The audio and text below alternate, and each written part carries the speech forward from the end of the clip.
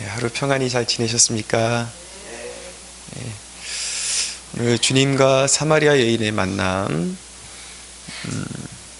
아주 운명적인 만남이 기록되어 있습니다.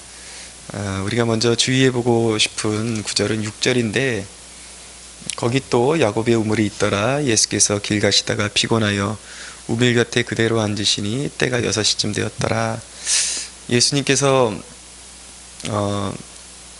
피곤하여 우물 곁에 앉으셨다 라고 말씀하고 있습니다.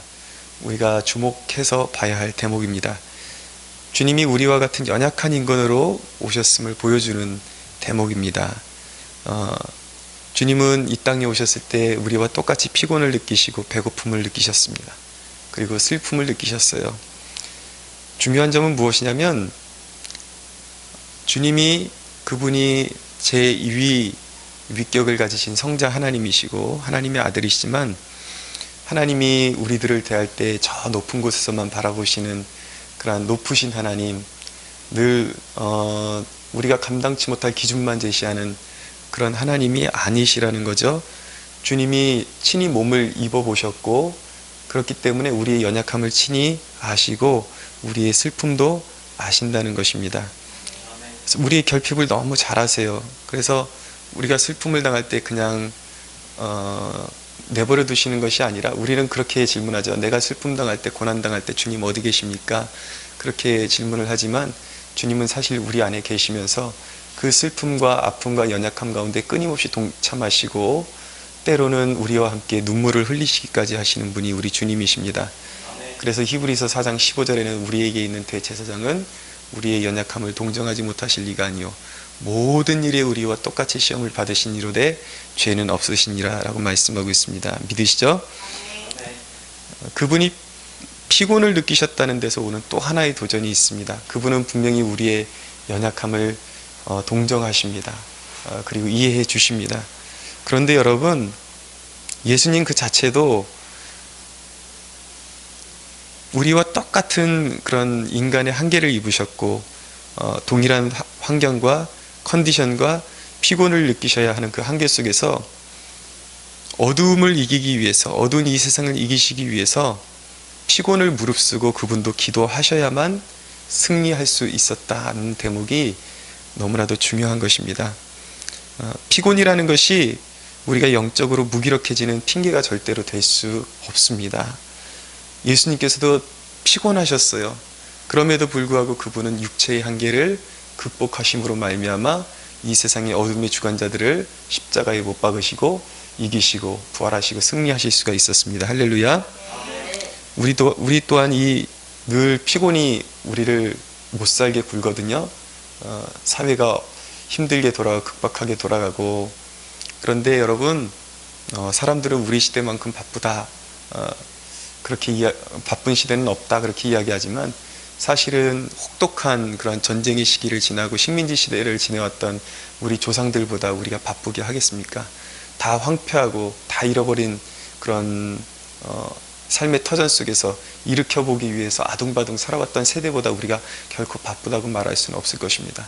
그럼에도 불구하고 우리 선조들은 그 가운데 새벽 제단을 지키고 밤새 기도하고, 우리 선조들은 교회를 한번 찾아오는 데 있어서도 바로 옆으로 찾아오는 것이 아니라 정말 수십 리를 걸어서 몇 시간을 걸어서 오고 때로는 하루 종일 걸어서 정말 밤을 새서 교회에 와서 예배드리고 사경회에 참여하고 그렇게 기도로 일궈낸 교회가 바로 한국교회인 것입니다. 육체의 한계를 뛰어넘어야 돼요. 주님은 우리의 연약함을 아시지만 그분 또한 이 땅에 몸을 입고 오셨을 때 그대로 주저앉으면 사단에게 패배할 수밖에 없다는 것을 아시기 때문에 그분은 원래 전능하신 분이에요. 그러나 그분이 이 땅에서 육체를 입으시고 아버지를 의지하여야만 승리할 수 있다라는 그것을 보여주신 것은 바로 우리에게 승리의 본을 보여주시기 위함이기 때문입니다. 우리를 하여금 어떻게 승리할 수 있는지를 그분이 견본으로 보여주신 거예요. 우리가 육체의 한계를 뛰어넘고 끝까지 주님을 신뢰할 때에 우리는 어둠의 권세를 깨뜨리고 승리하게 될 것입니다. 그런 의미에서 세일의 기도에 참석하는 여러분들이야말로 진정한 승리자임을 믿으시기 바랍니다. 수고에는 꼭 결실이 있습니다. 기도에는 꼭 결실이 있습니다. 아휴, 이거 벌써 몇 년을 기도했는데 우리 안에 나아지는 게 뭐냐 도대체. 그런 자괴감이 때로는 몰려올 때도 있지만, 지난주에 우리 자영자매 하연이 이렇게 정착하겠다고 하는 걸 보면서 저는 새삼 놀랐습니다. 왜냐하면 기대는 하면서도 막상 하겠다면 진짜 놀라는 거 있죠. Really? 그러면서 진짜로? 늘 우리 교회에 대한 자부심을 가지라고 말하면서도 또 한편으로는 이 제정신인가 뭘 보고 여기 남겠다 그러나 그런 생각이 들고, 그렇지만 여러분, 이것이 다 우연이 아니잖아요. 우리 벌써 몇 년째 이렇게 매해 정기적으로 모여서 기도하고 부르짖지 않았습니까? 여러분, 이것이 기도의 결실이라는 것을 우리가 믿어야 하는 것입니다. 네. 몇 명 안 되는 것 같지만 이게 무슨 기도 응답일까 그러지만, 여러분, 하나님의 진정한 응답은 이삭 한 사람을 통해서 이루어지는 것입니다. 오래 인내와 그 인내 끝에 이삭 한 사람이 탄생하면서 영적인 부흥이 시작되는 것입니다. 이들이 우리 부흥의 또 초석이 될 줄로 믿습니다.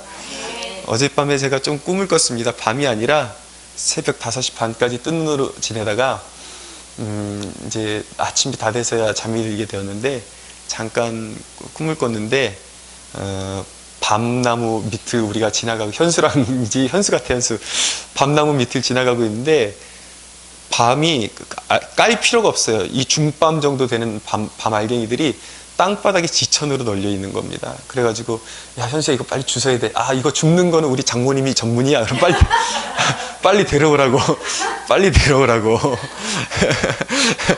그러다 깼거든요. 예, 근데 여러분, 글쎄요, 이게 좀, 설교 시간에 이런 내용 나누기가 사실은 적합한지는 모르겠는데, 사실은 제 꿈에 이전에는 물고기들이 바다에 막 떼를 이루어서 다니고 이런 게 사실 어장을 의미하는 것이거든요. 그리고 또 이 밤 알갱이, 이것도 이 추수의 열매들, 견실한 열매들을 의미하는 건데, 제가 보니까 이제 다 무르익어서 땅에 떨어졌고 깔 필요도 없어요. 다 까서 떨어져 있어요. 그거 보고 장모님 보고 주스래요. 그러니까 이제 죽기만 하면 될 것 같아요. 할렐루야.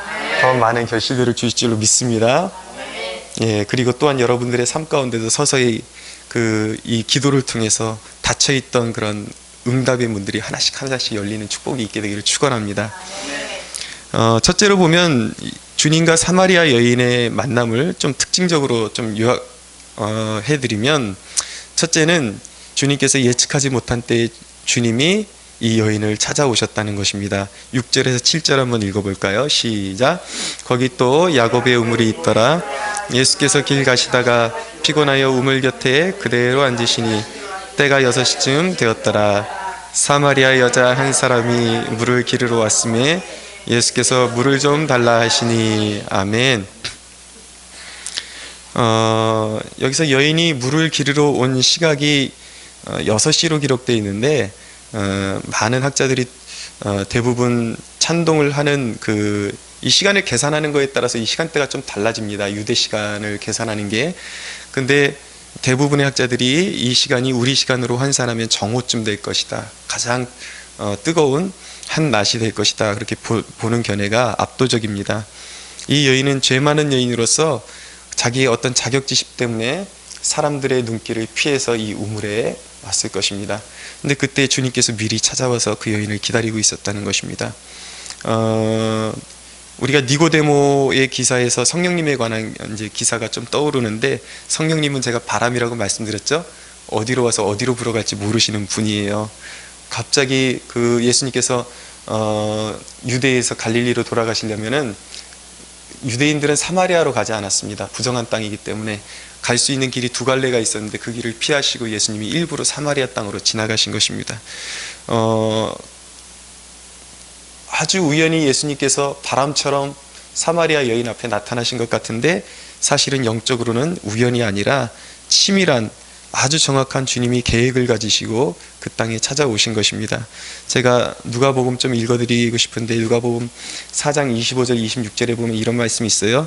내가 참으로 너희에게 이르노니 엘리야 시대에 하늘이 3년 6개월간 닫히어 온 땅에 큰 흉년이 들었을 때에 이스라엘에 많은 과부가 있었으되 엘리야가 그중 한 사람에게도 보내심을 받지 않고 오직 시돈 땅에 있는 사렙다의 한 과부에게 뿐이었으며, 또 선자 엘리사 때에 이스라엘에 많은 나병 환자가 있었으되 그 중에 한 사람도 깨끗함을 얻지 못하고 오직 수리아 사람 나아만 뿐이었느니라 라고 말씀하고 있습니다. 구약 시대에 엘리야 시대에 엘리사 시대에 하나님의 은총이 그 기근 가운데 찾아갔던 그 하나님의 은총이 우연이 아니라 하나님이 택하신 그 자녀에게 정확하게 계획을 가지고 찾아가셨다라는 것을 말씀하고 있는 것입니다. 여러분, 우리가 우연히 주님을 만난 것 같지만 우리 가운데 우연은 없습니다. 간접적이건 직접적인 간에 거기에는 다 하나님의 계획이 있었고 주님이 여러분들을 바람같처럼 어느새 저기 멀리 계시다가 슥 여러분들의 삶 가운데 다가오셔서 문을 두드리신 거예요. 믿으십니까? 예, 우연이 없습니다. 우리 구원에는. 주님은 주권적으로 우리의 영적 필요에 맞게 찾아오십니다. 그러므로 우리의 삶의 모든 순간에 주님이 찾아오실 수 있다는 기대감을 가져야 하는 것입니다. 여러분, 주님이 우리한테 찾아오는 시간은 정해져 있지 않아요. 주권적이에요. 우리의 영적인 필요에 따라서 주님이 언제 임하실지 모릅니다. 그렇기 때문에 예배 시간 내내 여러분 신경을 딱 하나님께로 집중하고 사모함이 있을 수 있어야 돼요. 어떤 사람에게는 필요에 따라서 찬양 도입부의 은혜를 부어주실 수도 있습니다. 어떤 사람은 말씀 가운데 대부분 보면 말씀이 전체가 그렇게 큰 은혜가 되는 것은 아니에요. 그렇지만 그 중에 한마디, 몇 마디가 가슴으로 확 다가오면서 주님이 내 마음을 두들기시고 내게 찾아오실 때가 있습니다. 어떤 때는 말씀이 끝나고 기도하는데 찾아오시기도 하고 어떤 경우는 예배가 다 종료되었는데 그 이상한 여운이 계속 남아서 내 마음을 감동시키기도 하는 것입니다. 언제 찾아오실지 몰라요. 주님을 기대하셔야 되는 것입니다. 기대함이 있어야 주님이 여러분들의 그 마음 가운데 더 깊이 들어오시는 것을 더 깊이 체험할 수 있다는 것이죠. 여러분, 나아가서 제도화된 예배에서만 주님을 만날 수 있다는 통념을 깨버리십시오. 우리는 흔히 이렇게 공식적인 예배, 목요 집회, 주일 예배 이런 때 와야지만 주님이 역사하신다고 생각하는 그런 경향이 있습니다. 이 주님이 이 여인을 만난 특징을 보면은 두 번째가 독대하셨다라는 건데, 자, 이게 1대1로 만나셨다라는 거예요. 근데 우리가 주님을 만날 수 있는 타이밍이 홀로 고독한 시간을 보낼 때임을 우리가 잊지 말아야 합니다. 마치 예배 때에만 하나님을 만날 수 있는 것처럼 생각하는 것처럼 어리석은 일은 없어요. 주님은 환경에 매이지 않습니다. 시간에 매이지 않습니다. 상황에 매이지 않습니다. 모든 상황이 하나님의 임재의 통로여 주님이 오시는 통로임을 믿어야 하는 것입니다.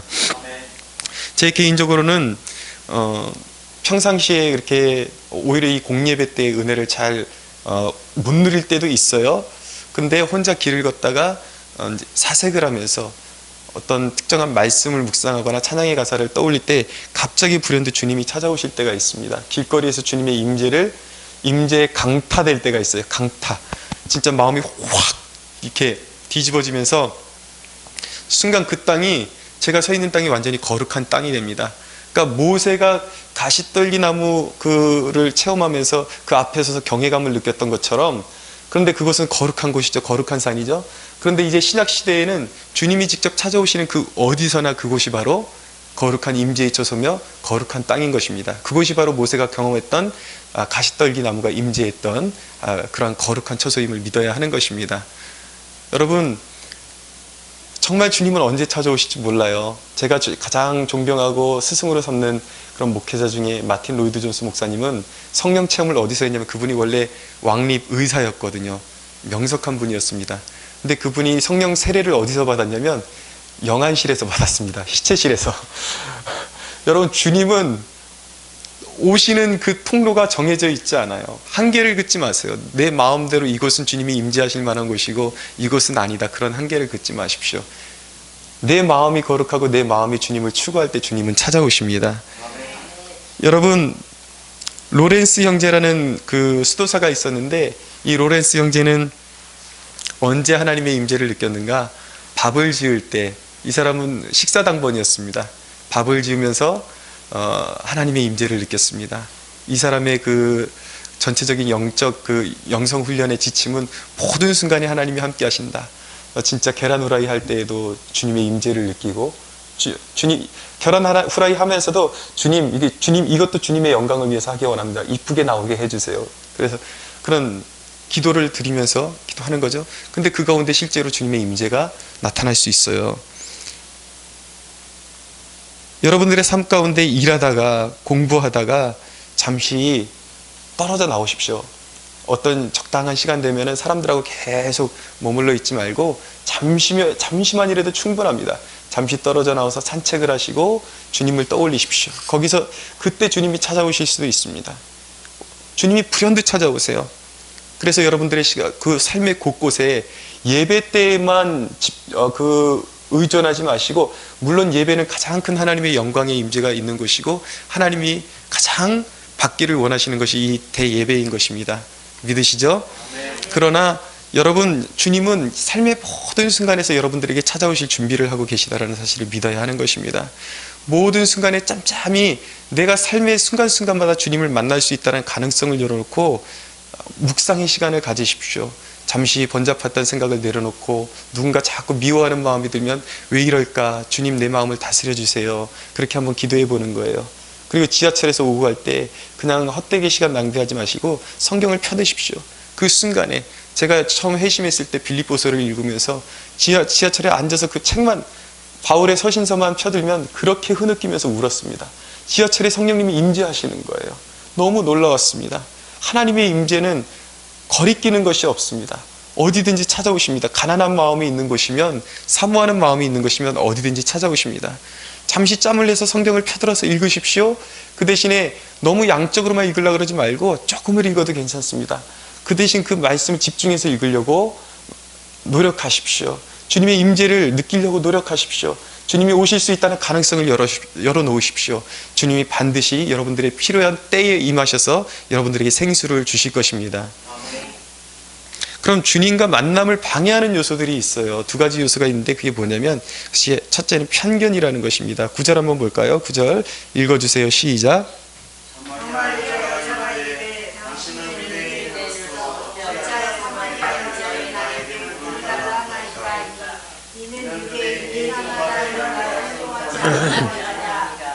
아멘. 이 여인에게 있던 편견, 깨트려야 할 편견은 무엇이냐면 자기 자신이 사마리아인이라는 열등감이었습니다. 왜 사마리아 사람들이 열등감을 가질 수밖에 없었는가? 그리고 자신들은 유대인들에게 인정받을 수 없는 그런 존재라는 그런 편견을 가지고 있었는가? 그것은 배경을 살펴보면 주전 721년에 북이스라엘의 수도가 사마리아였습니다.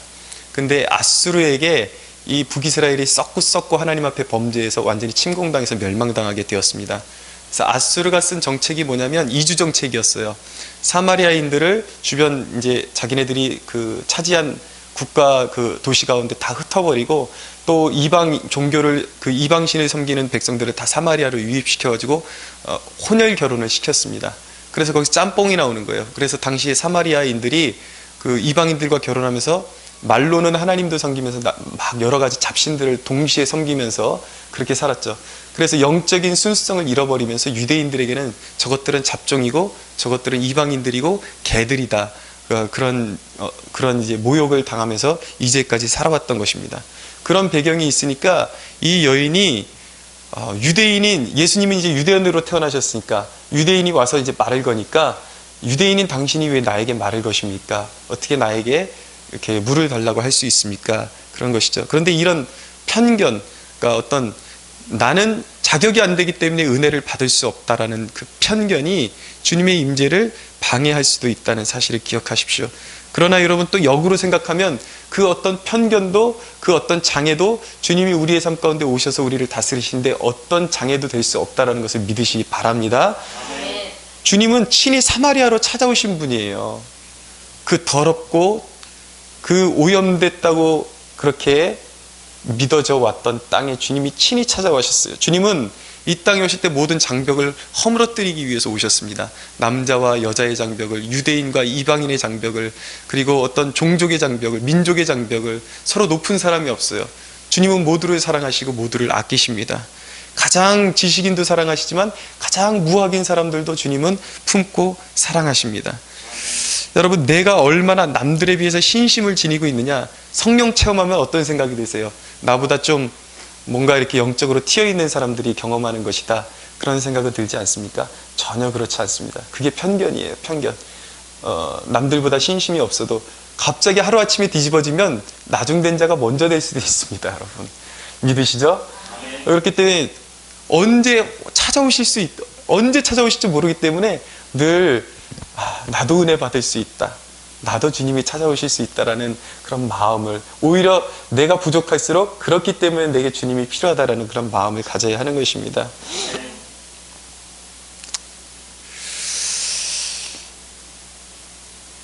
여러분, 사람들은 자기 가치를 자꾸 추구하거든요. 자기 가치를 자기가 매기려고 그러거든요.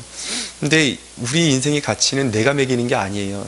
내가 이렇게 부족한 사람인데 그게 아니라 우리의 가치는 정말 난지도 같은 쓰레기장에 주님이 오시면 그곳이 바로 에덴이 되는 곳입니다. 할렐루야. 가치는 주님이 주시는 것입니다. 안산에 지금 가장 사립고 중에 명문고가 하나 있는데, 안산의 큰 어떤 교회에서 거기를 이제 세웠습니다. 왜냐하면 기독교적인 마인드로 이 땅에 학생들을 길러내야 된다 그래서 시작했는데, 처음에는 그 교회의 직분자들 몇 명 데리고 선생님으로 시작했어요. 이 목사님이 교회에다가 선포를 한 거죠. 앞으로 이 고등학교가 이 시에서 가장 최고의 명문고가 될 것입니다. 그랬더니 선포를 했어요. 그래서 이제 교인들한테 우리 교인들부터 솔선수범해갖고 자녀들 보내라 그랬더니 교인들이 믿지를 않는 거예요. 여기에 무슨 선한 것이 나타날까. 그런데 더 이제 이 목사님이 더 뒤집어졌던 건, 자기가 길렀던 부교육자가 교인들한테 다니면서 어떤 교인한테 그랬다는 거예요. 약 먹었냐고, 거길 왜 보내냐고. 그 이후로 그 부목회자는 이 땅에 존재하는지 아직 확인이 안 된다라는 소문이 있습니다.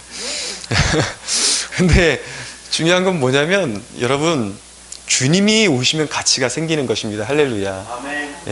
내가 내 가치를 매기는 게 아니에요. 우리 교회도 우리 눈으로 가치를 매기는 것이 아니라 이곳이 주님이 임재하시는 처소라는 한 가지만으로도 우리에게 가능성이 열려 있음을, 복된 미래가 열려 있음을 믿으시기 바랍니다. 두 번째 방해 요소는 뭐냐면 자기 만족입니다. 13절에서 20절, 13절에서 14절 읽어주세요. 13, 14절 시작. 예수께서 대답하여 이르시되 이 물을 마시는 자마다 다시 목마르려니와 내가 주는 물을 마시는 자는 영원히 목마르지 아니하리니 내가 주는 물은 그 속에서 영생하도록 솟아나는 샘물이 되리라. 아멘. 주님이 주시는 물은 영생하도록 솟아나는 샘물이에요. 믿는 자가 받게 될 성령을 가리켜서 말씀하고 계시는 것입니다. 근데 우리가 좀 주의해야 되는 것은 성령의 내주하심과 충만한 개념이 다릅니다. 영생하도록 솟는 샘물이라는 데서 오는 위로는 무엇이냐면, 성령님께서 우리 안에 한번, 우리 믿음 안에 오시면은, 믿음을 통해서 오시면 우리와 영원히 함께 하신다라는 것입니다. 그렇기 때문에 우리의 구원은 우리가 보증된 것이죠. 하나님의 은혜 아래서. 할렐루야. 그런데 어떤 경우에 사람들은 말합니다. 성령이, 예수님께서 말씀하실 때 이 샘물이 영생하도록 솟아나는 샘물이라고 말씀하셨는데, 어쩔 때는 내 영혼이 너무 가물고 메말라서 성령이 내 안에 없는 것처럼 느껴질 때도 있다. 이거 어떻게 된 것이냐? 이건 주님의 말씀하고 전혀 다르지 않지 않느냐? 그렇게 이야기하는 것이죠. 근데 오해하고 있는 거예요. 이것을 잘못 깨달았기 때문에 그런 오해가 생기는 것입니다. 성령님은 분명히 우리 안에 내주하시는 셈이에요. 그런데 한번 성령 충만을 받았다 하더라도 관리가 안 되면 다시 이 셈이 쭉 이제 내려가면 이렇게 잔잔하게 고여 있어요. 그것은 영원토록 고여 있는 것입니다. 늘 우리 안에 역사하고 계세요. 그리고 탄식하며 계십니다. 성령님께서. 근데 충만의 개념으로 가려면 달라요. 그것은 철저한 우리의 관리가 필요한 것입니다. 무엇이냐면 그것은 우물물을 길어내는 원리와 같은 거예요. 내가 힘쓰고 애써서 길러내야 하는 것입니다. 펌프를 돌리고 막 거기다 마중물을 붓고 그래야 올라오는 거예요. 왜 그러냐면 성령님이 능력이 없어서 그러시는 것이 아니라, 우리를 자동으로 두면 인간이 부패해서 그냥 늘 하나님을 의지하지도 않고 그냥 자기 멋대로 살아갈 것이 뻔하기 때문에 그 원칙을 정해놓으신 거예요. 하나님이. 우리가 성령에 충만해지려면 우리가 게을러지면 안 된다는 것이죠. 끊임없이 사모하고 하나님을 추구하고 그 우물에서 샘을 길러내야 충만을 입게 되는 것입니다. 할렐루야. 아멘. 그래서 여러분 늘 사모해야 돼요. 기도를 쉬는 죄를 범하지 말아야 되는 것입니다. 기도하되 그냥 기도하는 것이 아니라 뜨겁게 열정적으로 사모함으로 충만함을 사모하면서 그렇게 길러내야 하는 것입니다.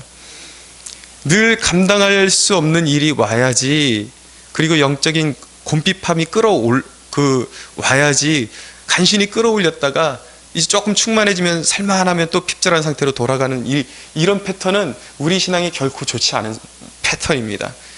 여러분, 작은 습관이 명품을 만든다라는 사실을 꼭 기억하십시오.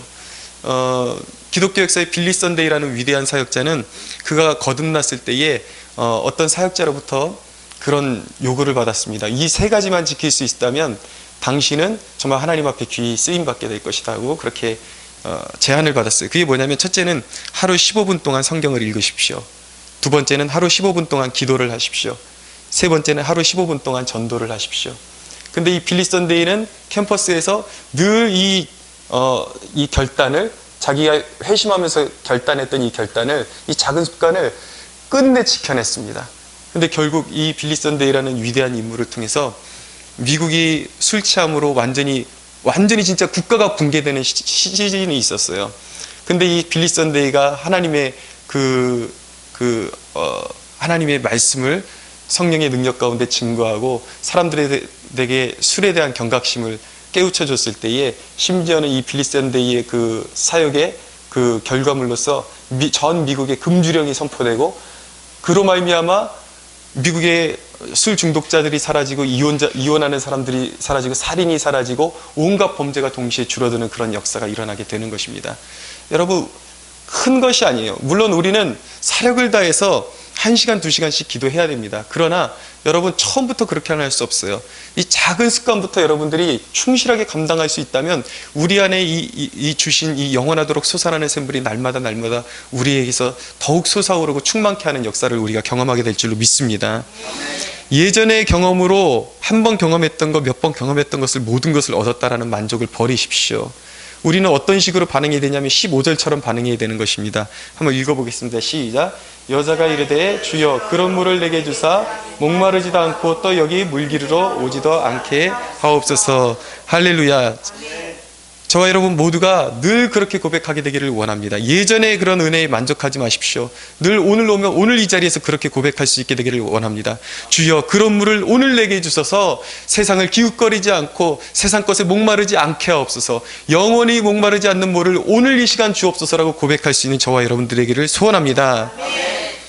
자, 잠깐만 좀만 더 다루겠습니다. 크게 두 번째로, 주님은 침착하게 이 여인에게 접근하셔서 더 온전한 자유함으로 인도하시기 위해서 영적 각성의 길로 인도하십니다. 그것이 무엇이냐면, 자, 16절에서 18절 한번 읽어볼까요? 시작. 이르시되 가서 내 남편을 불러오라. 여자가 대답하여 이르되 나는 남편이 없나이다. 예수께서 이르시되 내가 남편이 없다 하는 말이 옳도다. 너에게 남편 5이 있었고 지금 있는 자도 내 남편이 아니니 내 말이 참되도다. 아멘. 이 여인에게 남편 5이 있었음을 주님께서 지목하십니다. 이 여인은 어쩌면 이렇게 5명의 남자에게 버림받았다든지 아니면 부도덕한 삶으로 계속 옮겨 다녔다든지 어떤 그런 삶의 에피소드가 있었을 것입니다. 그런데 결국 지금 있는 남편도 남편이 아니라 남편이 아닌 사람들에게 기대어서 살고 있었던 것입니다. 근데 주님은 이 여인의 그 삶 가운데 아직도 깊이 남아있는 그 죄악의 쓴뿌리를 지적해 주시면서 스스로를 돌아보게 하시는 거죠. 그러면서 이제 일시적으로 만족을 주는데 그런 죄에 묶여있지 않은 삶을 추구할 것을 이제 도전하고 계시는 것입니다. 사랑하는 여러분, 주님이 우리의 죄악을 깨닫게 하시면 이젠 내가 풀어버려야 하는 것입니다. 주님이 이 여인에게 이 여인이 가지고 있던 그런 죄에 대해서 각성을 일으켜 주시는 것이거든요. 그래서 이제 풀어버리라는 것이죠. 그것은 네가 경험해 봤듯이 그것은 조금만 있으면 또 목마르는, 갈증을 채워줄 수 없는, 결국은 너를 더 핍절하게 만드는 그러한 삶 아니었니? 이젠 그런 것에 의존하지 말고 죄악된 삶을 청산하고 이제 나와 함께 가자라고 말씀하시는 것입니다. 여러분, 주님이 그렇게 우리에게 마음문을 두드리시고 무언가 우리가 풀어버려야 할 것들을 깨닫게 하신다면, 주님이 깨닫게 하시면 이제 내가 풀어버려야 하는 것입니다. 여러분이 자꾸 걸려 넘어지는 그 분야가 무엇인지를 생각하십시오. 그것들이 여러분들의 참 자유를 방해하고 있는 것입니다. 그것이 무엇인지, 어떤 사람은 그 돈일 수도 있어요. 어떤 사람은 인간관계일 수도 있어요. 어떤 사람은 뭐든지 누구든지 다 하나씩 있습니다. 보면은 어떤 사람은 어떤 분야를 특별한 분야를 건드리며 확 뒤집어지는 사람들이 있어요. 그것이 거기 내 안에 있는 쓴뿌리거든요. 그것이. 그것을 주님께서 이렇게 넌지시 이렇게 기도할 때 떠오르게 하실 때에 그래서 과감하게 풀어버려야 하는 것입니다. 오늘 성령께서 그러한 것들을 깨닫게 해주시기를 원합니다. 여러분, 나사로를 묶고 있던 그 수의가 벗겨졌을 때에 그가 자유롭게 활보했던 것처럼 그런 자유가 오늘 성령의 임재 가운데 우리에게 임하기를 축원합니다. 성경은 말씀합니다. 주의 영이 계신 곳에는 자유함이 있느니라. 여러분, 오늘 주님께서 이 자리 가운데 강림하여 주시고 임하여 주셔서 우리 마음 문을 두드리시고 영원히 목마르지 않는 생수로 채워주시기를 간절히 소원합니다. 우리 하나님께 영광의 박수 올려드리겠습니다.